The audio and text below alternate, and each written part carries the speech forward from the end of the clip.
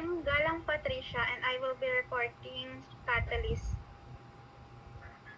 So, let's talk about catalysts. So, catalysts are substances that speed up reactions without being consumed during the process. So, kapag sinabi natin catalyst, ito yung substance na nagpapabilis ng chemical reactions pero hindi siya nauubusan habang nangyayari yung reactions. So, parang ano lang yan, imagine niyo may group project kayo and then may isang leader or yung leader nyo sobrang bilis mag-organize, ginagawa niya lahat. Dahil sa kanya, mas mabilis na natapos yung work pero hindi naman siya nawawalan pagkatapos. So, ganun din yung catalyst. Nagpapabilis siya pero hindi siya nauubusan ng reactant.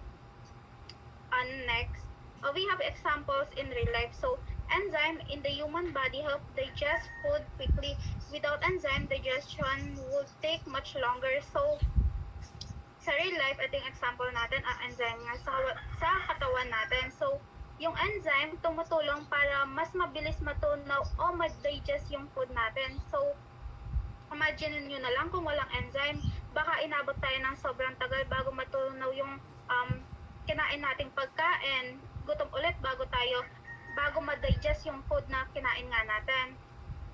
Next example natin in analytical chemistry is metal iron like manganese or iron can act as catalyst in oxidation reactions to speed up analysis. So, sa analytical chemistry naman, gumagamit tayo ng metal iron like nga yung manganese or iron bilang catalyst para mapabilis yung oxidations reactions. So, meaning, mas mabilis makuha ng mga chemist yung result sa experiment. So, basically, yung catalyst is, ayun nga, pampabilis ng reactions, pero hindi nauubos. So, next slide po. So, we have here example ng catalyst. So, the vital role of digestive enzyme. So, dito naman, makikita natin yung epekto ng enzyme sa digestion. So, nakikita nyo naman sa left side, with enzyme, mabilis yung digestion. While sa right side naman, without enzyme, mas mabagal yung digestion. So, parang difference lang yan ng internet connection in real life. So, kapag walang wifi, mabilis manood sa TikTok. So, kapag wala namang signal, loading lang siya. So, ganun din sa katawan natin. Yung enzyme, parang helpers lang yan. So, sa katawan natin, para mas mabilis ma-break down yung food into nutrients na kailangan natin for energy. So, kaya nga importanteng healthy tayo kasi malaking tulong yung enzyme sa katawan natin for everyday lives. So, next slide po. So, next naman tayo sa nature of the reactants. So, some substances naturally react faster than other because of their chemical properties. So, ibig sabihin na may mga substances na naturally mabilis mag-react at meron din namang mabagal, depende yan sa chemical properties nila. And example in real life, paper burn quickly when exposed to fire while metal like iron take much longer to react. So, ayun nga, kapag yung papel sinunog mo, mabilis siyang masunog. Pero kapag metal naman ng katulad ng iron, hindi agad nasusunog. So, meaning, iba-iba talaga yung bilis ng reactions ng substances. Kasi nga, kaya nga mabilis masunog yung paper kasi madali itong mag-react sa heat or sa oxygen. Yung iron naman is metal, kaya kailangan pa nito ng sobrang taas ng temperature bago ito mag-react or masunog. Kaya nga mabagal yung reactions niya. Next naman, example in real life. So, next naman is example in analytical chemistry. So, sodium react rapidly with water but gold hardly react at all. So, sa analytical chemistry naman, so yung sodium nga react very fast with water. So, habang yung gold naman halos hindi nagre-react, kaya nga ginagamit siya sa gold. Kaya nga ginagamit yung gold sa jewelry kasi hindi siya madaling masira or mag-react. Next. So, ito yung example. Paper burn quickly, iron rock much longer. Ito nga, hindi pare-pareho or hindi lahat ng chemical is pare-pareho ng reaction speed. May mabilis, may mabagal, depende sa kanilang mga properties. Yun lang po. May question ba kayo before ba ako kabahan ng lalo? Wala naman po. Sige na.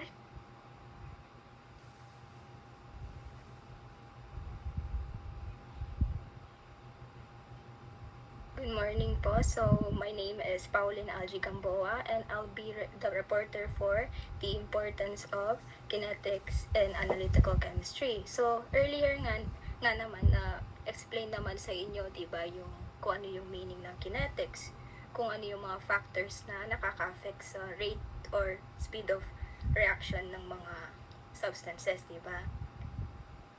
So, ngayon, punta naman tayo sa importance ng kinetics sa analytical chemistry or simply sa sa buhay natin. So the first one, determine how quickly reactions reach completion. So ano pong meaning nito? No? Yung meaning po nito with kinetics kasi nakakatulong siya para malaman natin kung gaano katagal matatapos yung reaction ng isang substance o yung reaction niya. So, kasi 'di ba na-mention naman kanina, may mga substances na nagre-react na mabilis, 'di ba? Meron din yung mabagal. Example nun yung sa burning of paper at saka yung sa rusting. So, with kinetics kasi it helps us na para malaman natin yung correct waiting time. Kasi pagka nag-test tayo na hindi pa tapos yung reaction niya or ongoing pa rin yung reaction niya, hindi tayo makakuha ng accurate results. So, even those like minor errors lang na ganun, nakaka-affect siya sa final results or yung outcome. Naiintindihan naman po ba? Parehak na lang po kung nagigets naman po. So, the second one, improve laboratory procedures and testing methods. So, dito, with kinetics kasi, di ba na explain naman kanina na yung mga factors. So, by understanding kinetics kasi, malalaman natin kung ano yung mga factors na magpapabilis sa reaction sa ganito, which helps us na ma-improve yung mga methods natin sa laboratories or sa testing. Magbigay ako ng example dito. So, kunwari, nagtatest ako nagtatest ako ng isang bagay. With kinetics, pwede kong masubok na pagka nag-apply ba ako ng heat dito, mapapabilis ba yung reaction niya? Ganon. So, with kinetics nga, since alam natin yung factors kanina, makakatulong to para ma-improve yung mga methods natin yung testing natin by making them more faster or efficient. Clear po ba? Or medyo mabilis? Okay, thank you. So, next naman, so dito tayo sa third one, which is analyze unknown substances through reaction behavior. So, kahit sabihin natin na same yung substance, yung two substances, same silang mabilis, masasabi ba natin parehas silang type of substance? Yes or no? May volunteer ba? Any volunteer? Sige, Asha. Masasabi ba natin na kunyari yung two substances, sabihin natin mabilis yung reaction sila, parehas ba silang type of substances nun? Hindi man. Kasi, for me lang yes, we have a different boiling point sa mga elements or other compounds, ganun. Pero, hindi naman natin madadating kung mabilis yung, or I mean, kung same sila ng pinaprocess na elements or compounds rather, or mixtures, no? Hindi naman, hindi porket parehas silang boiling point, is same, ano na sila, chemicals ba? Yung tinutukoy mo. Di ba, Pao? Chemicals yung tinutukoy mo, no? Pao? Hindi ko nakikita yung, Yes, ayun. That's all lang. okay, sige. Thank you sa answer mo, Asha. So, tama ka. So, hindi naman porket mabilis yung reaction ng both substances is makukonsider na silang same, no? So, dito papasok yung behavior. So, with kinetics, malalaman natin na different substances sila through their behaviors at saka yung bilis. For example, yung ash, at saka yung rust. Paano natin sila ma-differentiate? So, yung behavior nila. Yung isa, yung parang components niya, something, yung behavior niya, paano siya nag-react, diba? Ganun, malalaman natin, ma-differentiate natin siya. So, ma-analyze natin kung ano yung mga substance na yun. Kasi due to their, yung behavior ng pag-react nila. At clear po ba? Okay, thank you. So, fourth one tayo. Develop medicines, food products, and industrial chemicals. So, dito, yung kinetics, nakakatulong siya sa atin or sa scientists na makapag-create tayo ng better medicine, mga food products, at saka quality industrial products. So, ang ibibigay kong example dito para nakakatulong yung kinetics is, kunwari yung sa food products natin, no? Na-mention naman kanina na may mga pagkain na mabilis mapanis, di ba? May mga hindi. So, with kinetics, since malalaman natin yung mga yon, ma-improve natin yung pag-preserve natin sa food. Same with the medicine din at saka sa industrial products, we can provide for better medicine na magtatagal siya in the long run. And same with the products din, na ma-ensure natin na safe silang magamit. That's all because of kinetics. Clear po ba? Okay, so last one, ensure accuracy in chemical measurements. So, we all know naman na in chemistry, or especially in analytical chemistry, dapat talaga accurate at saka precise yung mga bagay-bagay, di ba? Important yung accuracy at saka precision dito. So, how does kinetics ensure na accurate yung mga measurements natin or chemical measurements natin? So, example dito, no? Example dito, pagka mali tayo ng measurement, hindi tayo makakapag-provide again ng accurate results. Kasi in chemistry or in analytical chemistry, one mistake lang can affect the outcome. So, ganun siya ka-crucial na kailangan very precise, very accurate yung mga measurements natin at saka yung mga ginagawa natin. Kasi simple as ano lang, kahit may dumi lang or mali lang yung paglagay mo ng isang substance or yung napasobra sa init, napasobra sa ganito, sa concentration, iba na yung lalabas na results. Hindi na yun yung hinahanap nating results. And very risky siya, di ba? Lalo na sa buhay natin, important yung accurate measurements in terms of medicine at saka sa mga pagkain and everything else. Kasi yung mag-risk dito yung lives natin at saka yung safety natin if we don't ensure accuracy, di ba? So, ayan. Eto, mayroon tayong example dito. One common example is in medical laboratories. Blood tests often rely on reaction rates to detect sugar levels, cholesterol, or diseases. The speed of a reaction can indicate the amount of substance present in the sample. So, ayan. Sabi dito, so, ayan, diba, sa blood test daw, diba, nagre-rely sila sa reaction rates natin para ma-detect natin yung sugar levels, tsaka yung mga any kinds of diseases. So, di ba, yun yung,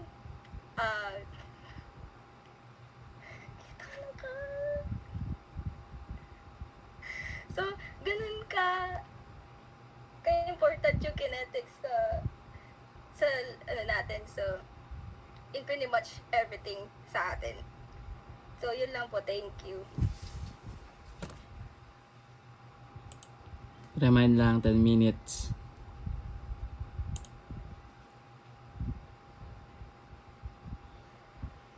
So, next po, we have application of kinetics in daily life. So, yung iba dito is nabanggit na ni Pao kanina. So, yung una is meron tayong pharmaceutical analysis. So, next po, yan. Pharmaceutical analysis, this field studies drugs and medicines using reaction rates. Uses nito is determining how fast a drug degrades, measuring drug concentration, predicting life shelf and expiration dates, and testing drugs stability. So, ang example dito is if a medicine slowly breaks down over time, yung by studying its reaction time, yung mga scientists is na-estimate nila kung gaano pa kahaba, kung gaano ka-effective and safe pa yung isang medicine para gamitin. And next po, meron tayong environmental monitoring.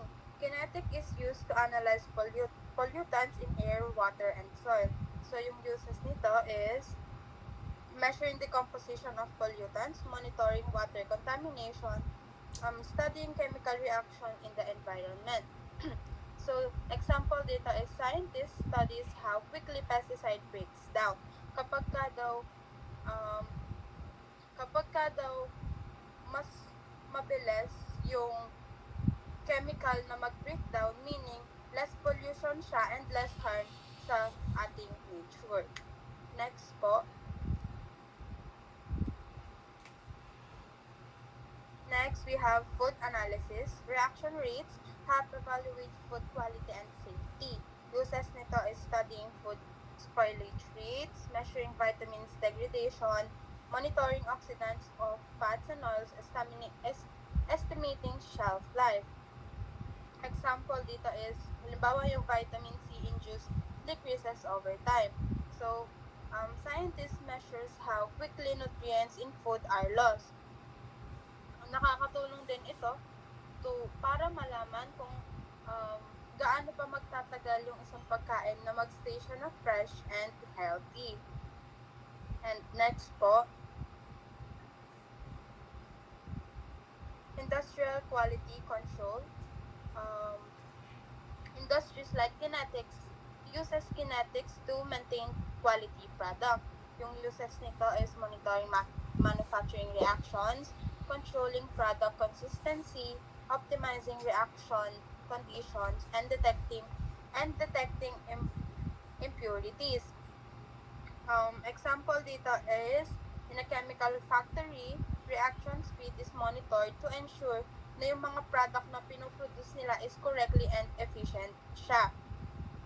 Kapag reaction that are too fast or too slow can affect the product of quality. Next po.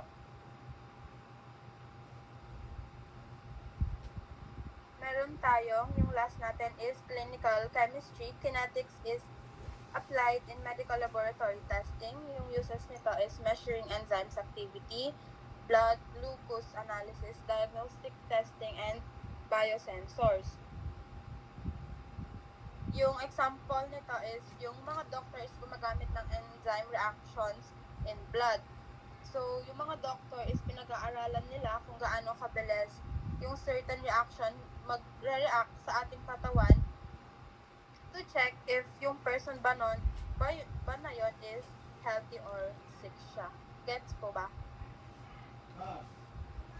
Okay, thank you. Ayun lang po yung sa application of kinetics in daily life. Last na lang po, sa conclusion na tayo. Kinetics in analytical chemistry is study of how fast chemical reactions occur and the factors that influence them. So, alam naman natin yung ulit-ulit simula kanina, kinetics, how fast or slow the chemical reaction is. And yung mga factors na kaya mabilis o mabagal sila kasi dahil nga yun sa mga factors like kanina na mention, yung temperature, concentration, etc.